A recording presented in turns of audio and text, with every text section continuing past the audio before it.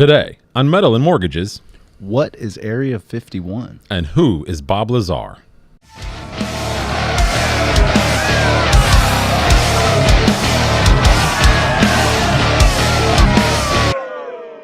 So, there is a new film Porn, I hope. by Mr. Jeremy Corbell, which Oh, did no. the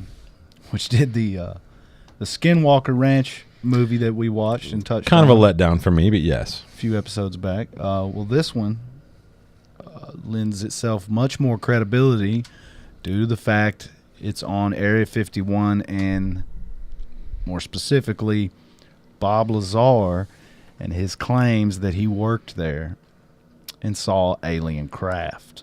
Well, okay, before you go into it, I have made questions. Is that okay? Yeah, that's fine. And just All to right. be clear, I don't know if I said the title, but it's called Bob Lazar, Area 51 and UFOs. Yes. If y'all want to look that up, it's Yeah, on no, Amazon. There's not a option to. It's on iTunes as well. Okay, well, on Amazon, there's not an option to rent it. You can just buy it for It's buy only. $14.99. It's $19.99 on iTunes. Wow.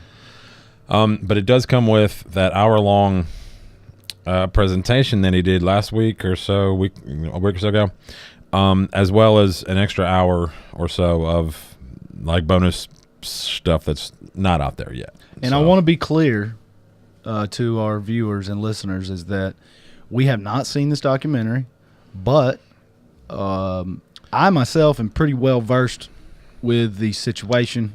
We'll find out at hand. because I've got some zingers. In addition to, I've listened to many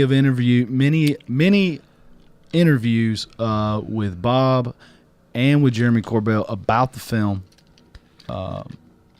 So I feel like I pretty much know what's in it. Well, not even though I haven't seen not everybody out there, our viewers and some who just happen across our channel, must be a lonely night and your right hand must be really sore. Not everybody's into this stuff, so not everybody keeps up with it. Now, I am totally not a UFO nerd or anything of that sort. Very basic, touch and feel kind of guy. So if I can touch it, it exists. But this has my interest. He's kind of the opposite. He's been into this stuff for a long time and does his own research on it, tries to keep abreast of what's going on, and I'm kind of new to it. So this would be kind of a believer non-believer kind of thing. Not that I'm a non-believer, because after reading this stuff I'm kind of like on the fence. I'm almost got 1 foot over the fence. See, I was on the fence about Bob Lazar until some new things came to light over the past few years and some of the things that I heard him say in these interviews. I think I'm like 99% sure he's telling the truth. Well, like I said, I've got some things here that kind of lean, well, maybe he's full of shit kind of stuff. So. Okay, yeah, this will be interesting. Well, okay, so for those of us who aren't, nerds, and I have answers, but I want to make sure that my answers aren't, that I'm not reading them, getting them from a source that it's like this. There are, Wikipedia, you don't believe everything that's on that. Right. I mean, if you ever watch the certain like music YouTube channels that are well known, I think like Premier Guitar, a couple of those that are well known. They have connections with the big artists. They get to when the big artists come to their town, they have somebody go and interview them, do a rig rundown of their guitar rig and that kind of stuff. Well, there's times when they'll get out the their wiki page and ask them, so is it true that you like cashews? Because it says here on wiki, and they'll be like, no, I prefer pecans, man. Yeah. So I mean, that's just proof that you cannot believe everything that's on there. So I don't know what's on wiki regarding this kind of a conspiracy, kind of cover up, classified kind of thing. I don't know what's on there, if it's government approved, that kind of thing. So let's begin. Go ahead and grill me. So what is Area 51? Area 51 is a base that supposedly didn't exist, but we found out it did exist, where they test experimental aircraft. We do know the stealth bomber at one point is implemented and test flown there. Anything they don't want other countries knowing about, they definitely don't want the public to know about. And supposedly an alien ship crashed, and that's where they took it back in I think 1948. An alien ship supposedly crashed with alien bodies, and they took it to Area 51 to study it. Well, what I got, and I wanted to go, I kind of knew that you would give us the brief of it. I wanted, because like I said, I don't know anything about this stuff prior to doing this research. So now, one thing to note is that all government officials denied the existence of Area 51 until not too long ago. I think only for the past couple decades have they now. Everybody admits that it's there. It was well, we'll go into that. What I read up on is that it's a highly classified remote detachment of Edwards Air Force Base within the Nevada Test and Training Range. According to the CIA, the correct names for the facility are Homey, what up, Homey? Airport, and Groom Lake. Now, Groom Lake isn't actually a lake; it's a salt flat. Mm-hmm. That's huge. Long time ago, they were looking for kind of a grounds to test experimental aircraft, like for war. I think it was Lockheed Martin was working with the government, and they were trying to find. Well, they flew over that area and went, "That's it." And they got down. They actually landed on it, like no runway, and they found that it was as smooth as a billiard table. And they said, "We won't have to do nothing to this place. It's great." So, it was the name Area 51 was used in a CIA document from the Vietnam War. So, it does exist. They've used the name. It was also known as Paradise Ranch and Dreamland. It's located in the southern portion of Nevada, approximately 83 miles northwest of Vegas. The site was acquired by the Air Force in 1955 for flight testing of the Lockheed U-2 aircraft. And you can find video of people boarding a plane, Las Vegas Airport, and flying to this place. No one drives into this place. When they were testing that U-2 aircraft, they still haven't found what they're looking for. U-2. Okay. So, so Area 51 gained interest in 1947 when a nuclear detection balloon, quote unquote, mistaken for an alien spacecraft, had crashed in Roswell, New Mexico, and they took it there. It wasn't until Lazar came forward in '89 that Area 51 received its extraterrestrial affiliation. So that's what I got. Is that accurate? For the most part, yeah. The conflicting kind of testimony of Lazar, and I don't know. I guess I wouldn't say conflicting, but he has suggested that he feels that it may be more of like an archaeology type of a find. I got you. More than a crash, because there were 9. Sorry. There were 9 UFOs that he knew of and saw.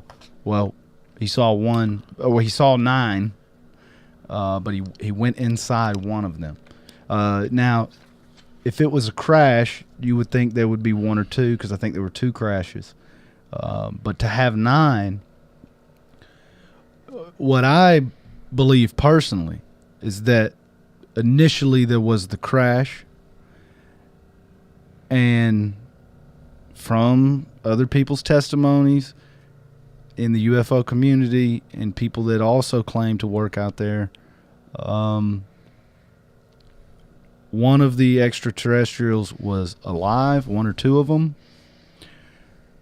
And they somehow were able to use a communication device on one of the ships.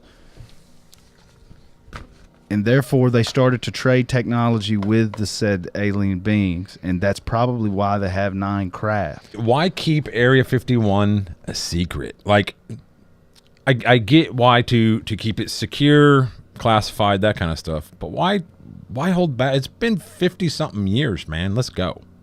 Yeah, well, I believe that they're probably not testing anything they want to be really secret there, and especially not anymore. Not anymore. Yeah, it's got too much heat. Yeah.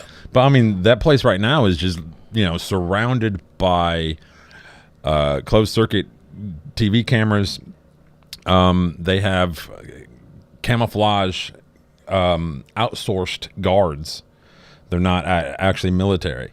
I forget the name of the company, but it's one of those national companies that has the defense contract kind of stuff. But the locals actually refer to those guys as camo dudes. So, man, those camo dudes came in here the other day. Well, that's who they're talking about. I mean, I just, why keep it secret? I mean, I guess, I also typed out some answers that I felt kind of fit this. I didn't realize it would fit here. The reason I typed them out was because I didn't have confidence in my ability in my cognitive ability to construct a intelligible response. Well, at this time, the one reason to keep it secret would be that if you have the most important scientific find in the history of man, I think that would be a very good reason to keep it secret. Well, what I came up with is, I mean, this kind of goes along with this other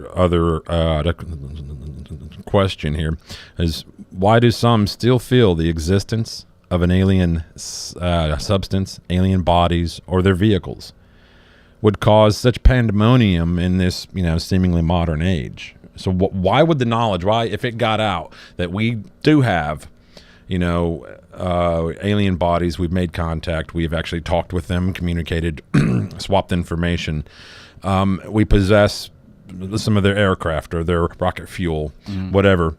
Why do we feel that getting out would cause such pandemonium in today's modern age? At the time, and I'm sure you've heard this before, when you tell a lie, you have to lie over the top of that lie and another lie. And it's a web, yeah. Right. And in the beginning, given the day and age that it happened in, 40s, 50s, they were probably correct that we couldn't handle it. Now, I think they know that we can handle it. And so we're getting slow leaks of information as the Public Information Act, things become declassified over time. We've seen numerous documents. Project Blue Book, it states many cases of UFOs. The government studied this. They've become declassified. The problem is you can't just, they don't know how to come out and just say, hey, we've been lying to you for a century. Well, there may be another, maybe a deeper, pardon me. There may be a deeper, answer here, because like I said, I typed this out because I just was not confident of myself to wax intellectual here. Also, one other point Go ahead. I'd like to make is that I don't believe it's just about the aliens. I believe that if we find out that secret has been kept, it will kind of peel back the onion of, presidents don't even know some things. The military-industrial complex is really its own entity. And these people that we rehash and reelect and all these things and elect, It's a separate thing. Well, I typed out this because I kind of knew that you would go there with your answer because we have briefly talked about this before. I said, I believe it could be a danger to this country on a military level. I feel that the admittance of our possession of the aforementioned collateral carries the potential of people, foreign and domestic, willing to get their hands on it by any means possible. That's very true. And that seems to be the real threat, and possibly the threat that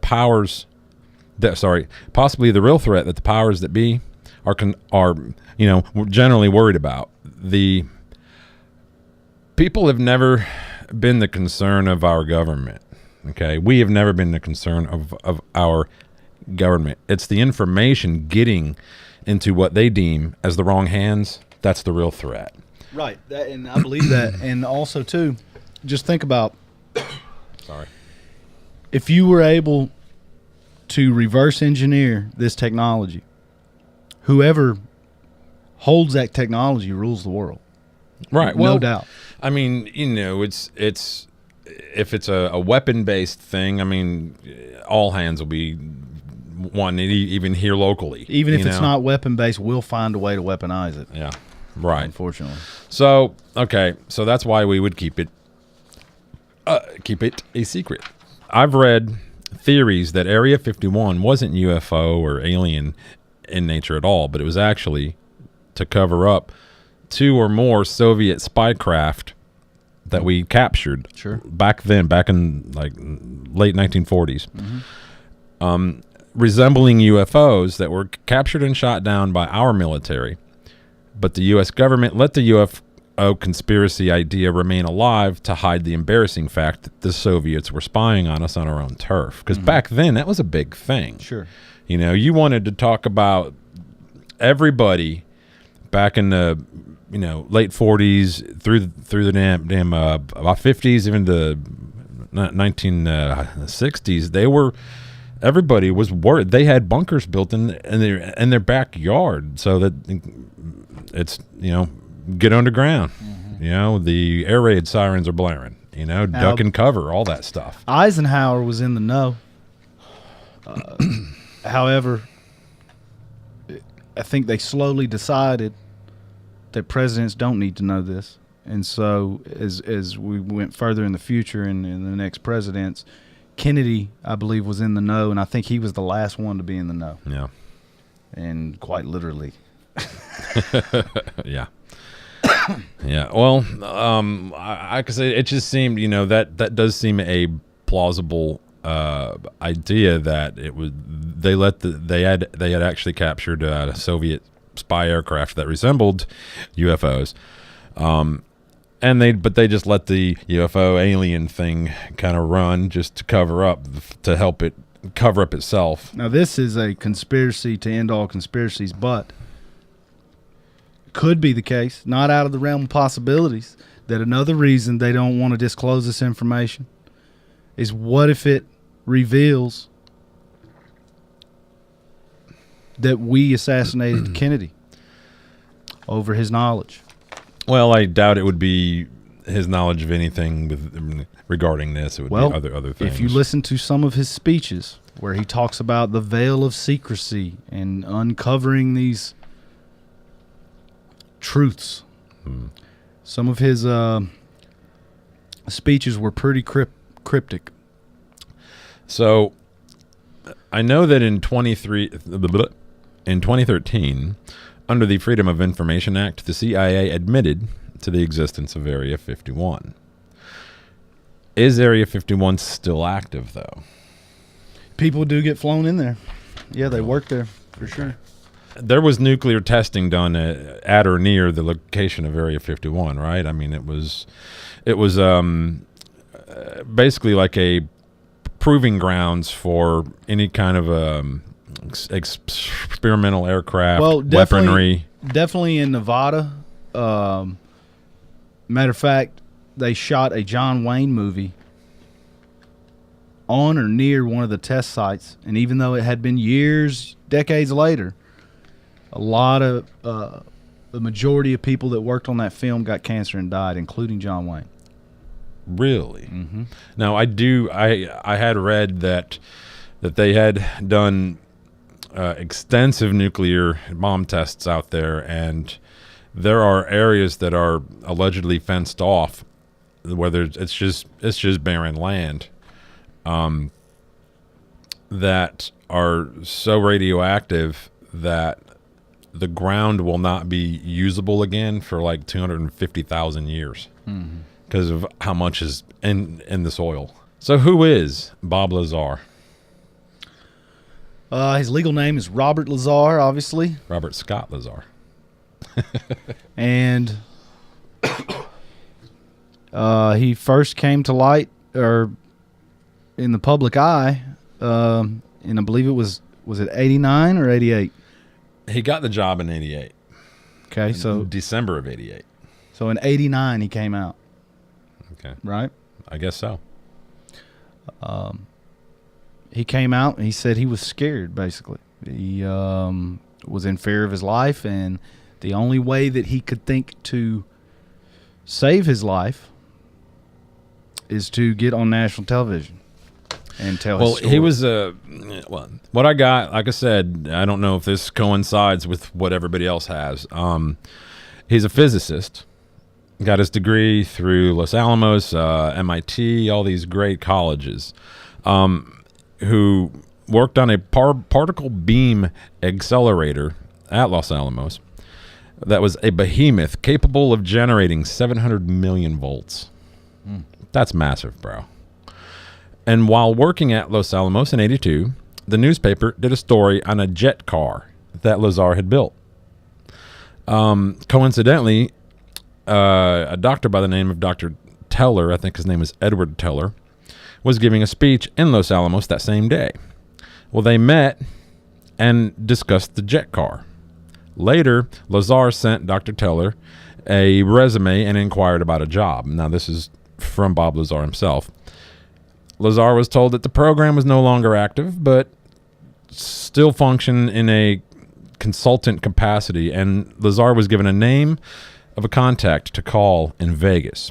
He was hired in December of 1988 to replace one of the men that was killed in an underground test involving nuclear material.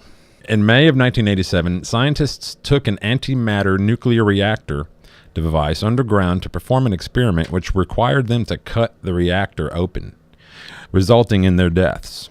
It was unexplained to those on site, not involved in it, as a previously unannounced low-yield underground nuclear test. So these guys were underground, cut this thing open, and it basically blew them up, killed everybody. And Lazar was hired to replace one of those guys. So, yeah, now that's coming back to me. The interesting thing is that he's passed polygraph tests. Like early on. Numerous. You can tell a lie so many times over 20 years. If you tell it enough, you start to believe it yourself, even though it's bullshit. But, so 20 years after the fact, you take a polygraph test. Well, you've told that lie so many times. Yeah, but he didn't do that. He did it from the jump. Exactly. He took a they lie did a detector polygraph from the and jump. he passed it regarding the whistleblowing. So that's what I call this, is whistleblowing. So he worked at a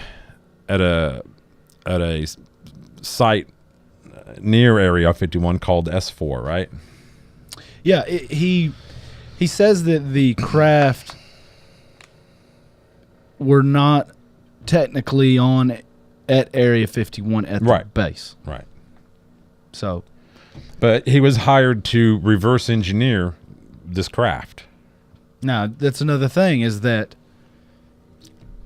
he was the first one to mention the name Area 51. We did not know what that was until Bob Lazar came out in 89 and said, I work at Area 51. We know what Area 51 is thanks to this man.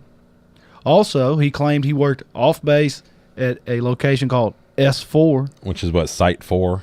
And back in 89, I think George Knapp was the interviewer. He got confirmation from someone that he knew that worked near the base, and he got confirmation that S4 was a real location near Area 51. So, and George Knapp is I think a ABC maybe network affiliate reporter from Las Vegas. Also, guest hosts on Coast to Coast. Right, but at the time. Yeah, at the time he was a TV reporter. Yeah, and he's been kind of like the go-to. Like if I found a UFO in my backyard right now, I would call him. Right, he can get stuff done. Right, he knows people. So, but yes, so 2 points of validation there. Bob Lazar came out and said this is Area 51. He was correct. We know that to be a fact, and we know S4 was a real place as well. So Bob Lazar worked at or near Area 51 in the location known as S2, Site 2. As a physicist who, by his claims, was hired to reverse engineer or back engineer, as they call it sometimes, craft or things of an alien nature. Right. And he himself says, there are many other qualified people than me. Why I was rushed in and brought in, he still doesn't know. Even though, as you said, he is a physicist and, his credentials are, pretty vast. What's interesting is, he got the job in December of '88. So he says, now all of this is out of his mouth. If he came out with all this information in '89, he couldn't have been there under a year, which I guess is enough time to learn what he did. But, you would think with somebody like that, they're not going to bring him in on day one and be like, all right, here's some highly classified shit.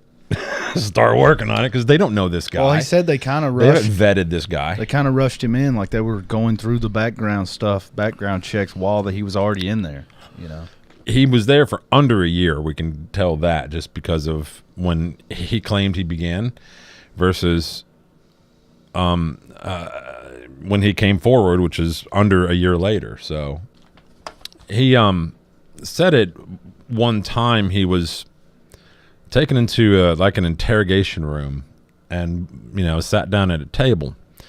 I don't know if they hooked up things to him or not, different devices to his head, that kind of stuff. No, I'm being real. And then they made him look at this. I think he said it was 120 files or something of that sort.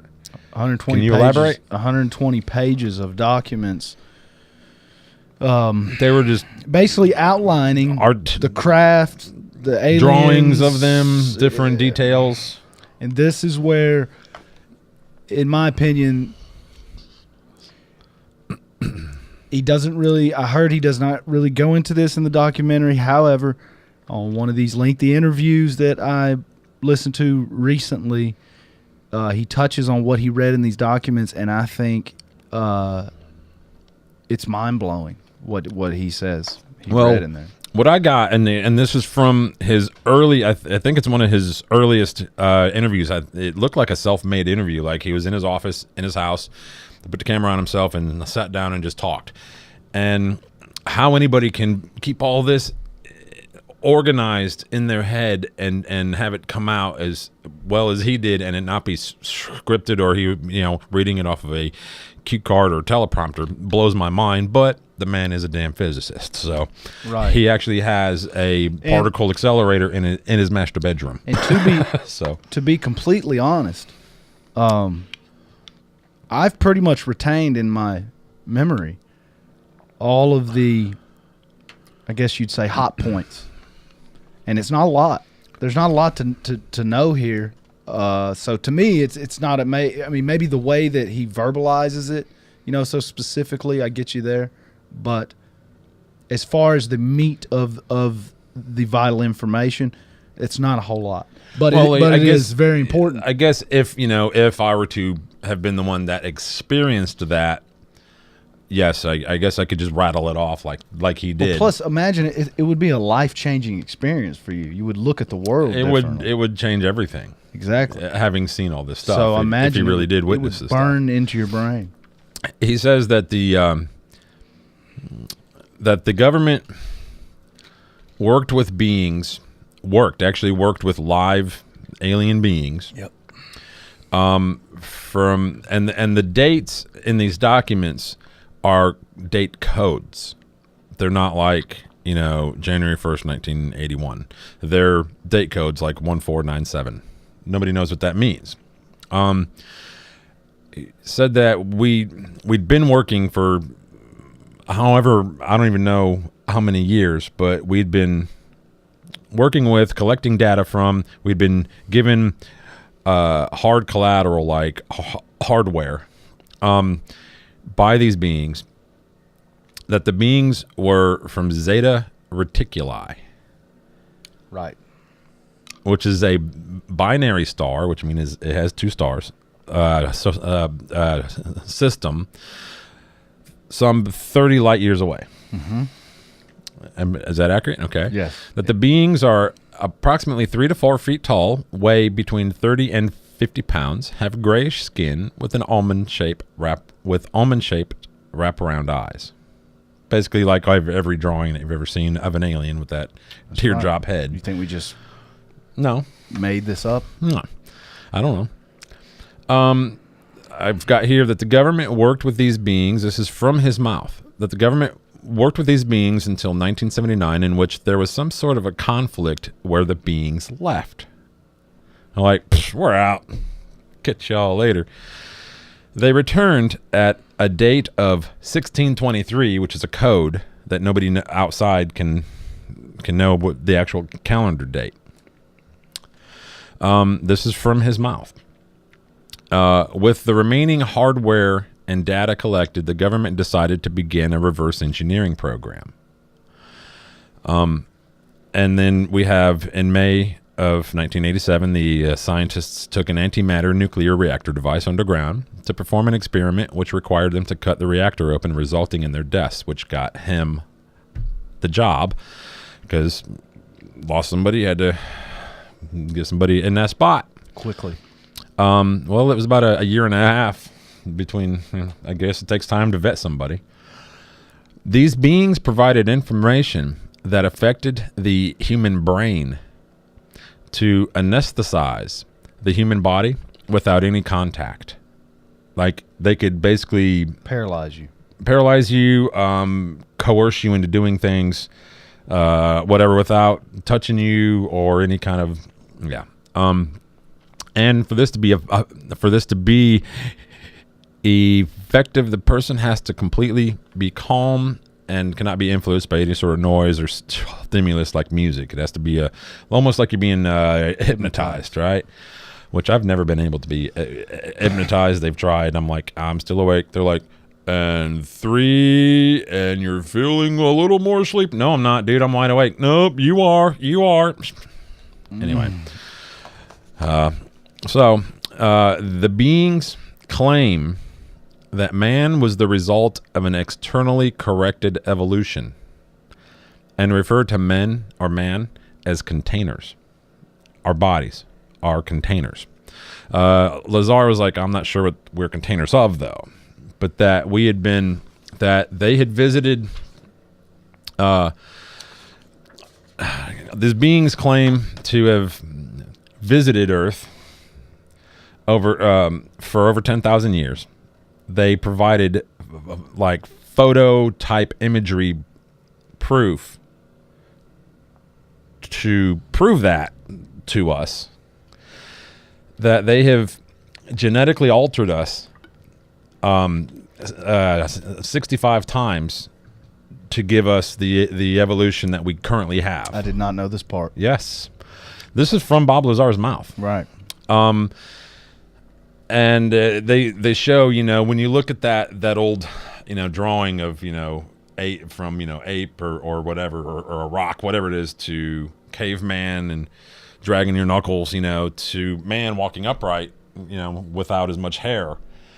that's the image that they show while Bob's talking about that, saying that, you know, they have visited they've been coming here for over 10,000 years, have provided imagery to prove it, and they claim that they have genetically altered us 65 times, which kind of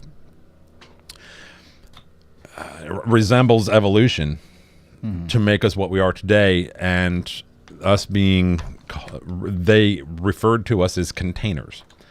So I have no idea what we contain.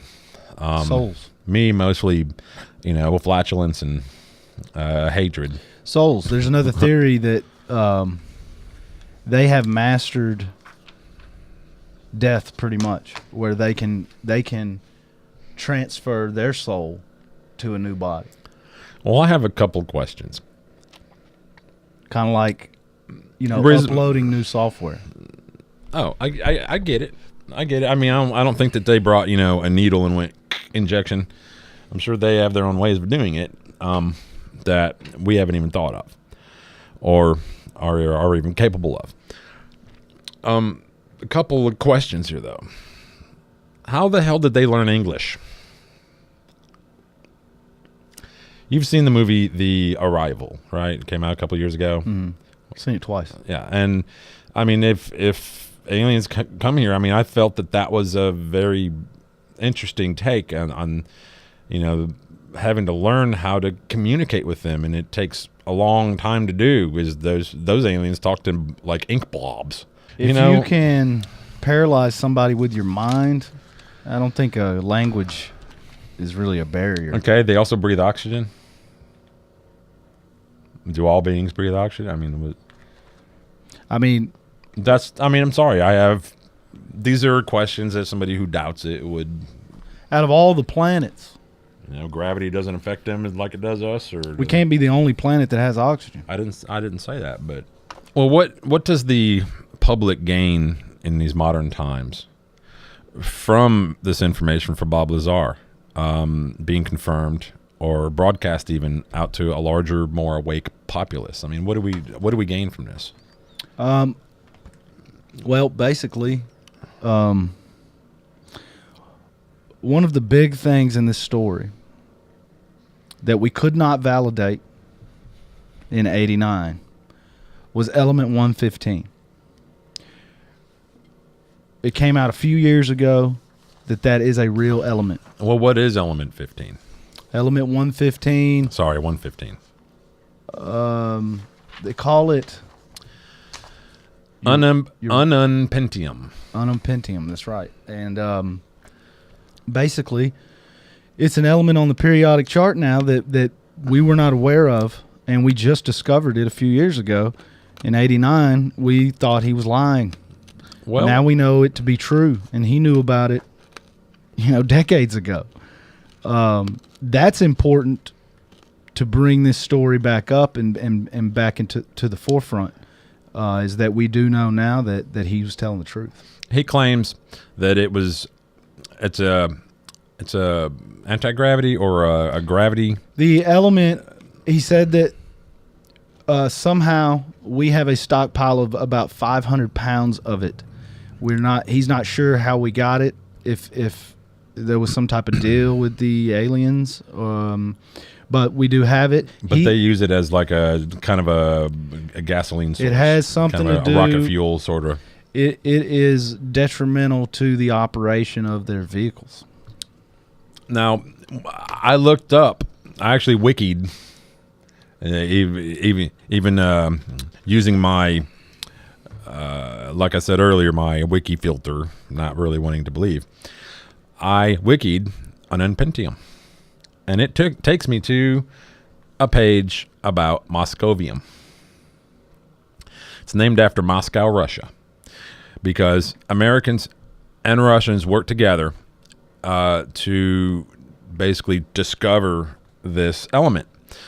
It's an extremely radioactive element with a half-life of 0.8 seconds. That's 0.8 of a second.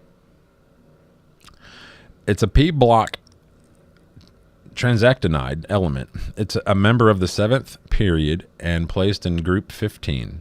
as the heaviest pnictogen and is calculated to be a post-transition metal.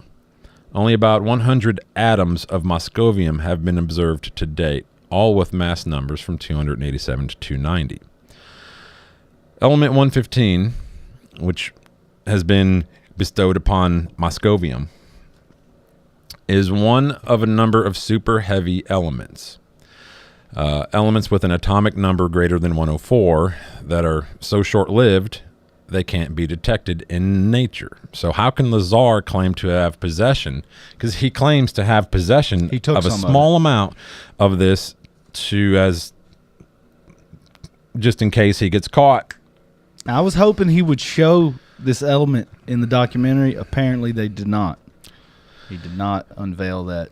So he claims to have possession of a small amount that he took from the government stash at Area 51 of what he claims to be 500 pounds. But so if this moscovium is actually element 115, would this have been created to shut him up or to discredit him? Like what I put here is moscovium just a placebo placeholder and the half-life of 0.8 seconds fabricated to discredit Bob Lazar? Like this entire wiki page, dude, look up ununpentium on wiki, type it in, just that one word, and it takes you to moscovium and says nothing of ununpentium. There's a lot of misinformation. That's why, they let us be confused. They the easiest way to hide a lie is in plain sight. So they take the crazy UFO reports, you lump them in with some of the real ones, and then you don't know what to believe. Lazar's educational background was wiped clean when he came out with his claims. So he basically was... His educational background, all the colleges that he claims to have attended, none of them, his own birth was erased from the hospital where he was born. However, the way that we were able to corroborate his story, if I'm saying that right. Corroborate his story is we actually, they located people that he worked with. So people that they knew worked at certain places. Right. And they said, yeah, we know Bob. Yeah, Bob did work here. Even though the documents are all wiped clean. Well, I read one brief report, and I didn't read a lot into it. It was a guy who I guess was in MIT while Bob Lazar was at a community college and somehow knows Bob because of that. I don't know if this guy went to that college and then moved on to, MIT, whatever. But he claims that at the time, Bob was only taking one class, science, and like nothing else. So there's no way this guy can be a damn physicist, so on and so forth. MIT would not have taken him with that in his background, with a weak course background college-wise, prior to him going to MIT. Now, Los Alamos, they all say he was never there. He doesn't exist. They don't know who he is, but there's telephone directories like your office number would be 1649. If I wanted to pick you up and call you, enter office kind of numbers, and his number's in the book with his name. So if he'd never existed, why is he in the telephone directory for the inter-office directory? And just to clarify about element 115, I believe that it is still not stable. So to be clear, we can't just create this element. We can't manufacture it. Something about the isotopes are not stable. They know that it is possible to have it stable. We do know now that it exists, but we have not perfected how to produce this element. whenever I read about this Moscovium, I just instantly, the entire time I was reading it, I didn't think, oh, well, Bob Lazar's full of shit. Bob Lazar's full of shit. I was thinking they made all this shit up to discredit him. Mm-hmm. And that is, from my understanding, how far they'll go. The main focus of director Jeremy Corbell in this documentary is to show you who Bob really is, and that he's a genuine person. Well, there were attempts made on his life after he came forward in 89, 90. Because after like 92, he kind of just disappeared. Like he just removed himself from all of this. He was shot at on the freeway. Yeah, which spun him off into the grass on the. They also were doing. I heard interview with George Knapp, where George Knapp witnessed some of this, yes, of him being tailed. He said and all this stuff. He said that Bob Lazar would come home, and he would find doors open, drawers left open, things erased or written on his blackboard, just to mess with him. Nothing was taken. He would go to the gym. This made Bob carry an Uzi. All right. And Bob would go to the gym. He would come out of the gym. The doors on his car is open, and the Uzi's laying on the seat. Right. They were just playing mind games. They didn't take anything. Yeah. Right. So that's kind of why he just disappeared. And vanished. My belief is that they knew they couldn't kill him because now he was in the limelight. Yeah. So that you can't whack somebody. Well, that's the interesting thing is that I've heard him kind of contradict himself, and I don't really blame the guy. It's I wouldn't be sure how to feel about all this, because part of him, I heard him say one time, part of him wishes he would have just could go back in time, keep quiet, do what he's told, and keep on. But then I've heard on another interview where he said he wished he'd never even taken the job, right? Because he has not benefited from this at all monetarily. Well, it hasn't helped his resume. It doesn't get advanced his career at all. And this is another point of why I believe Bob is genuine and being honest, is that, listen, there are many people in the UFO community that go around to every single conference and write books and make a living off of this stuff. There's a lot of podcasts that didn't begin out as UFO alien-based podcasts that went that way and kept with it because they noticed viewership went up. Bob has done none of this. Yeah. He's taken none of these opportunities. Oh, the other Bob. He's Lazar has stayed out of the public eye. He has not cashed in, as they say. He got kind of, they had to twist his arm to get him to make this documentary, and it was only because Jeremy knew George Knapp. Yeah. Well, what this kind of goes in with, why should we believe this guy? And you kind of answered it. His own wife and his mother are 100% convinced that he's telling the truth. My wife and my mom know when I'm lying or being less than truthful. So, but then again, like I said earlier, there's also it's a side progression of storytelling that if you tell a story so many times, you can pass polygraph. Now, there is supposedly a part in this doc where element 115 is brought up, and his mother advises him not to go there. Now, you kind of said that there's been others, so that kind of changes my question, but I'll go ahead and ask it as I had typed it. Why aren't more former employees coming forward? For the same reason that Bob wishes he never did. I said on here, do you think the whole looking over the shoulder lifestyle that Bob's had to endure has served to keep others quiet as well? For sure. And think about this. If he had it to do over, and he says himself now that, yes, he would take the job every day of the week, but he would not come out because it would allow him to get more knowledge. Now, I'm going to be honest here. If someone came to me and said, you can know everything, we're going to not only pay you well, but you'll be employed here for years and you can research this stuff, you can find answers to all the questions you have, I would shut up. I wouldn't tell a soul so that I could find out more about it. I would be so intrigued. And Bob says this now, that he would take the job and he would stay put so that he could know more, because it's the most important discovery in human history. Well, the universe is 13.8 billion years old. Space is infinite.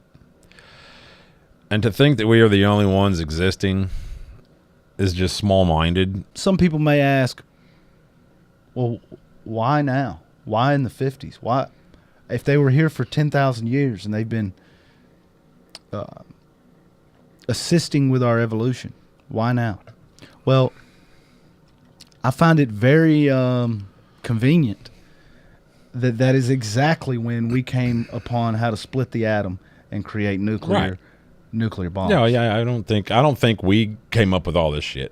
What I'm saying is, and I'm not saying that the nuclear bomb came from alien technology. I'm not saying that. What I'm saying is, I think they took a heightened interest in us once we had that technology. Okay. They became way more concerned with what's going on here once they figured out we could split an atom and wreak havoc on ourselves. There are numerous documented reports from very high-ranking, credible people that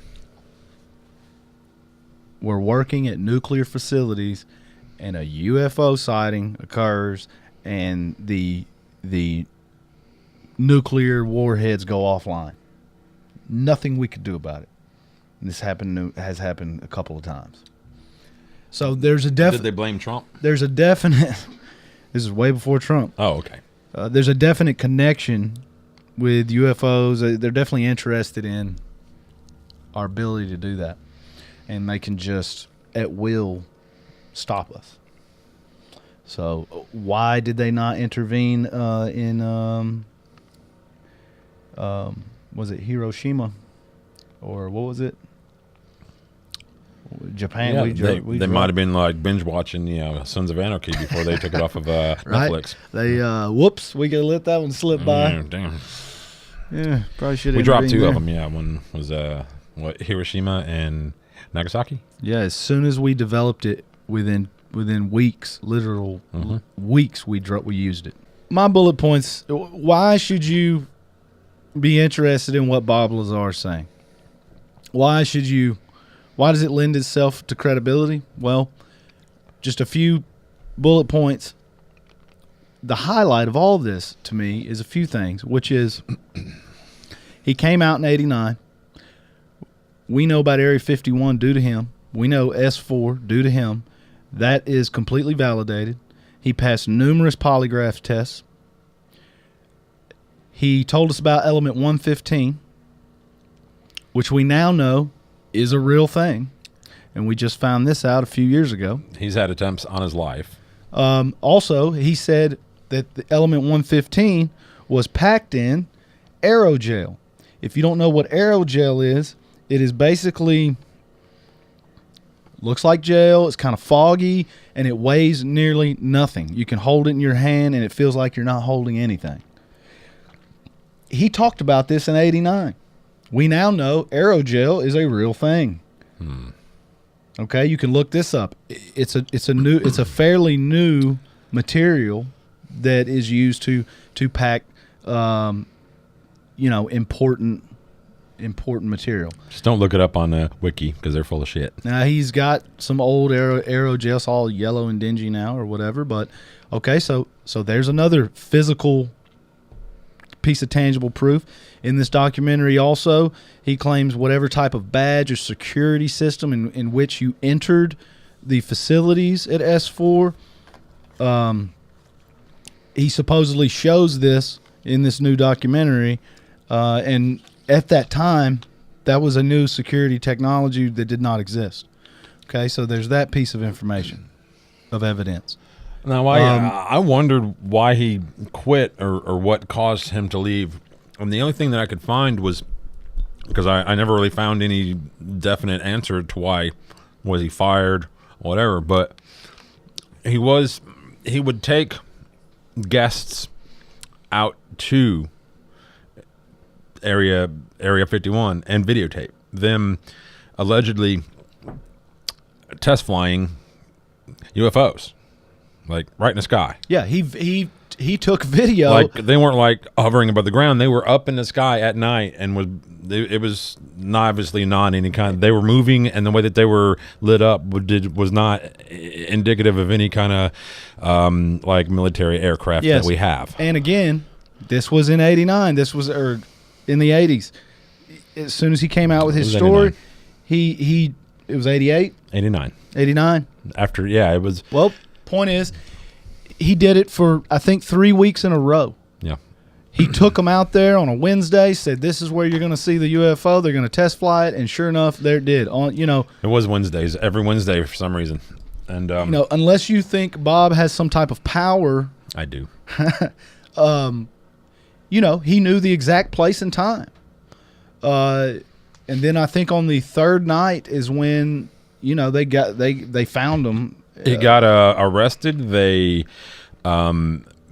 basically put a gun to his head in an interrogation room and said, "We can make you disappear as well as your entire family." Now, if that isn't enough, and I don't even think we covered this part, but Bob Lazar claims he went inside one of these alien craft.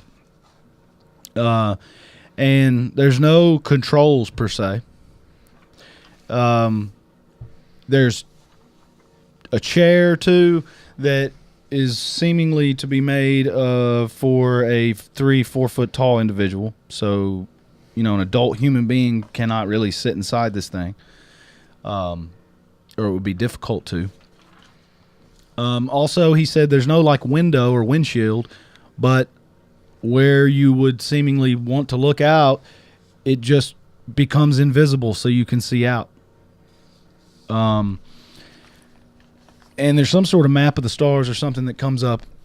Well, when he got arrested for that, he was he ended up pleading guilty. Now I don't know if this is related to him being caught, near Area 51 with his buddies videotaping. But I think it was 90 or so. He was 90 or 91. He was charged, or he pled guilty to felony pandering. And yes, in regard to some prostitution ring, something. So, dude was a pimp. So, he also said there's no seams on the craft. It's as though it was made out of one mold or one die. So there's no weld marks or any seams at all. Rivets or bolts. And it's more of a matte metal finish. They used Gorilla Glue. Like a gunmetal matte finish. Like aluminum or something. But it's not. He said it was cold to the touch. He wants to say it's metal-like, but it's not. He can't really confirm that it's metal. And mortgages. Now, this to me is the most compelling part. I was listening to an interview with Bob Lazar, and he says in this 120-page documentation that he was able to look into, not only did he say that at some point an alien being was autopsied, but it said that inside the chest cavity, instead of having a bunch of organs, things had all kind of meshed in together as to one organ. So inside the alien's body is the heart, the lung, everything is just one organ. That it somehow all kind of grew together, and that's what they have. Kind of like the iPhone. Everything's all in one. But in this 120-page document, which I don't believe they bring up in the documentary, and this is, to me, this is what is the clincher for me. Not only the lie detector and the aerogel and the element 115. And his mama believes him. But it says in the documents that these beings and the craft all come from the Reticuli star system, Zeta Reticuli, which is in the southern hemisphere. So if you try to go look for it in the sky, you're not going to find it. Reticuli 2, I think is what he said. is a binary star system, which means it has two suns. Why I think this is so compelling is this. There is a UFO incident, well documented, from 1961 from a couple called Betty and Barney Hill. In 1961, it was very controversial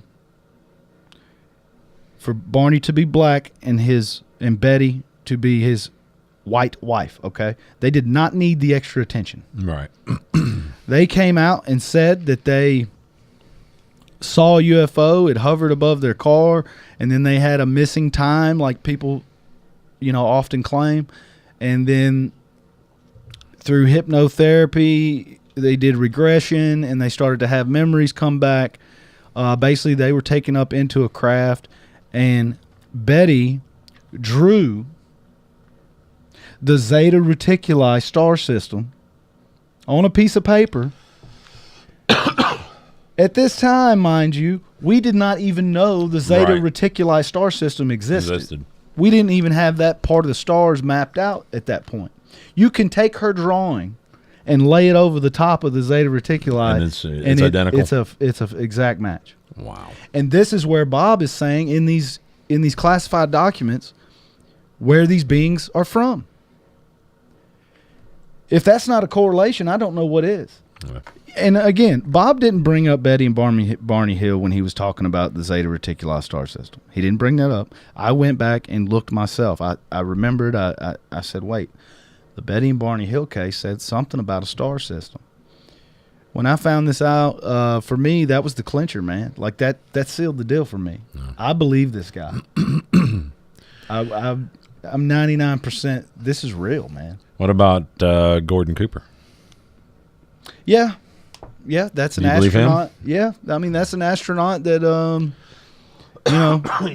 he wasn't just an astronaut, wasn't he? Like an Air Force pilot too. I mean, so all the way, through the 80s, through the late 70s and the 80s, he got to fly in these incredible aircraft. Now, again, and you mentioned earlier, how come more people don't come out? Well, Bob is not the only one. Right. There was somebody that came out in 2013.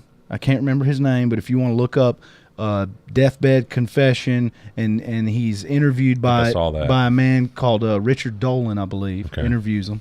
And he pretty much tells a very similar story to Bob Lazar. Now, this guy's much older, and he's passed away now, I'm sure.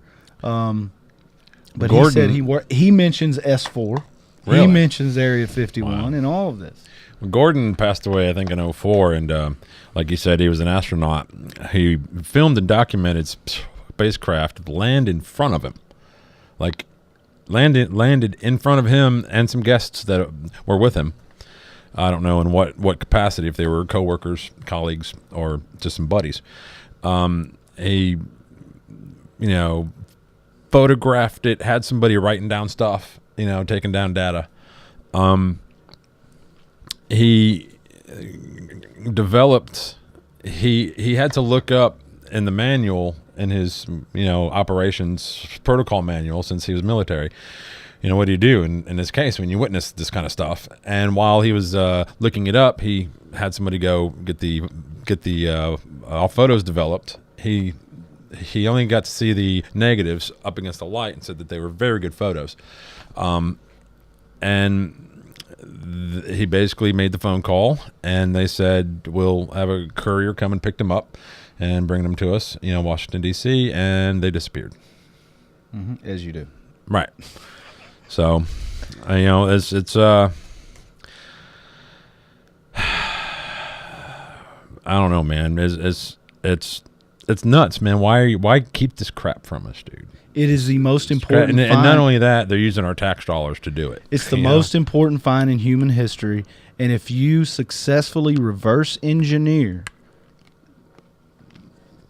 this technology, you rule the world. That's why. Do you think there's a biblical aspect to it as well, like a fear of discrediting I think the existence of our most popular deity?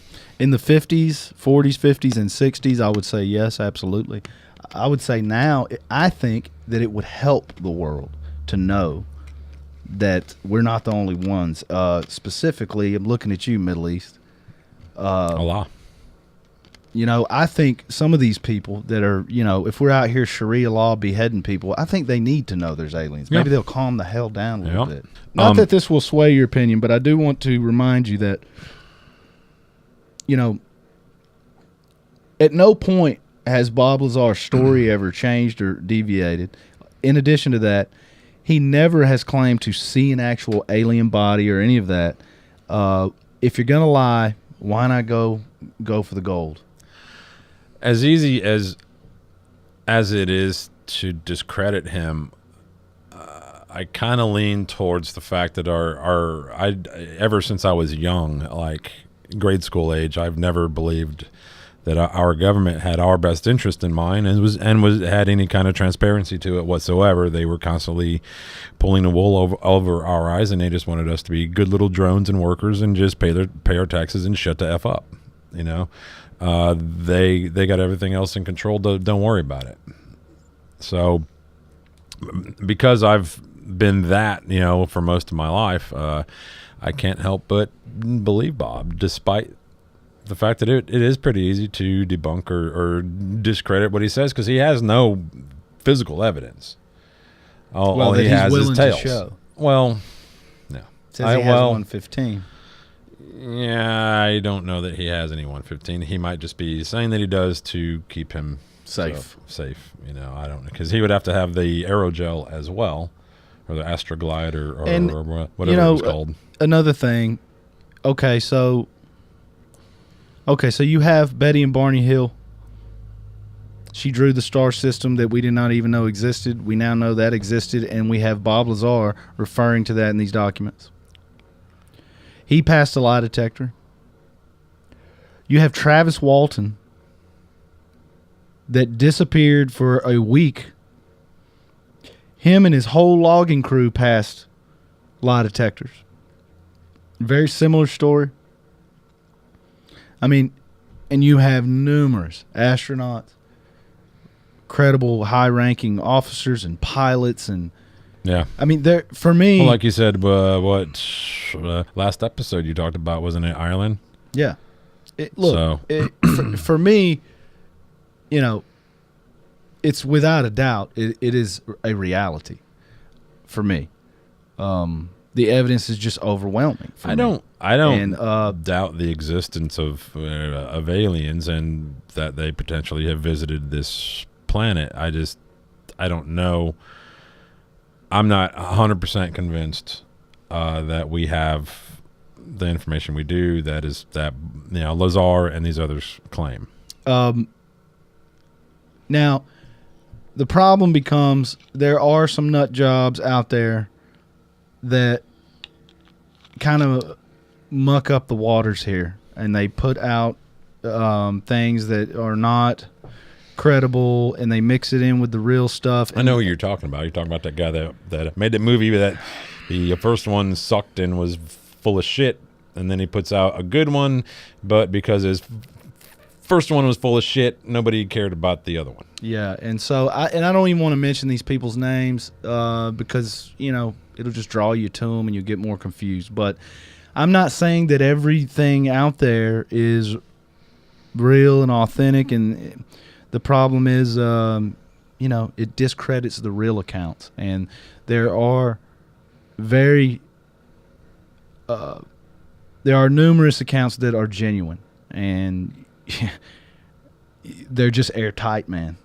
And I don't know if I've told you about my UFO sighting on the show or not, but I did have one myself. And listen, go ahead, come on, man, it's burning my fingers. I don't smoke. I don't either, but it sounds like we need to. It's hard for me to believe too. I'm not saying that this was an alien ship, okay? I'm saying I don't know what it is. That was me and General Chang probing you in the butthole. It was a UFO, though. It was an unidentified flying object.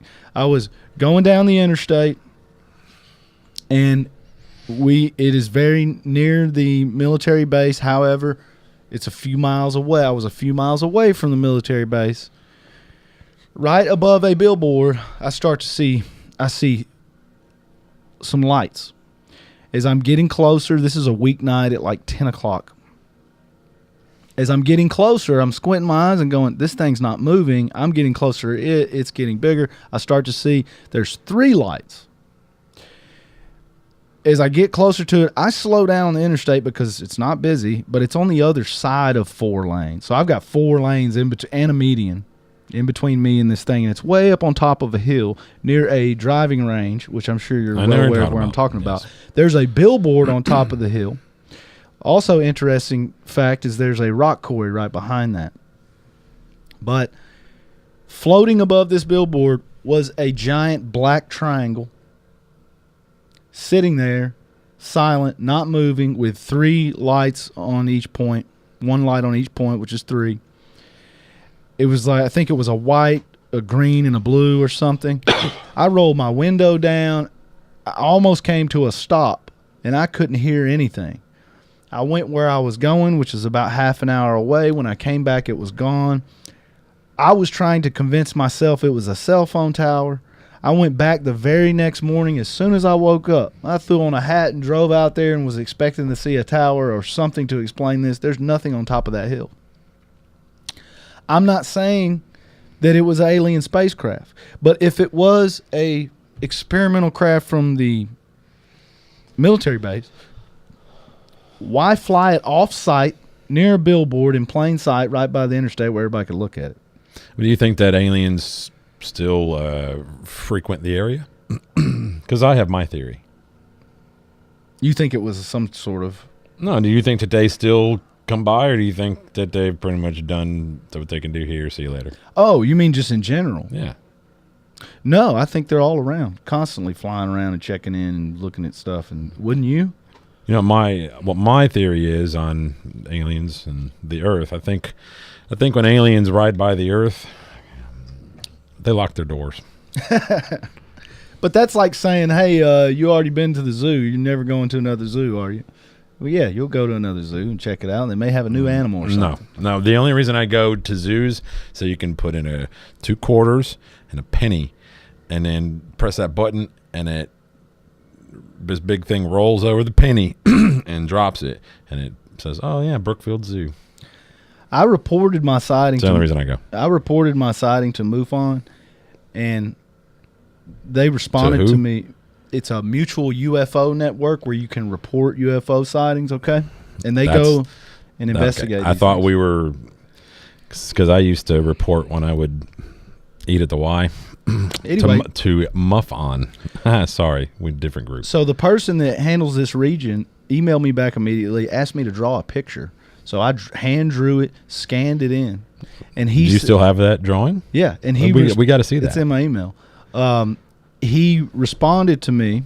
If I can find it, I'll throw it up on the screen. He responded to me and said that he works on the arsenal and they have no craft that looks like what I explained. It looks like this, don't it?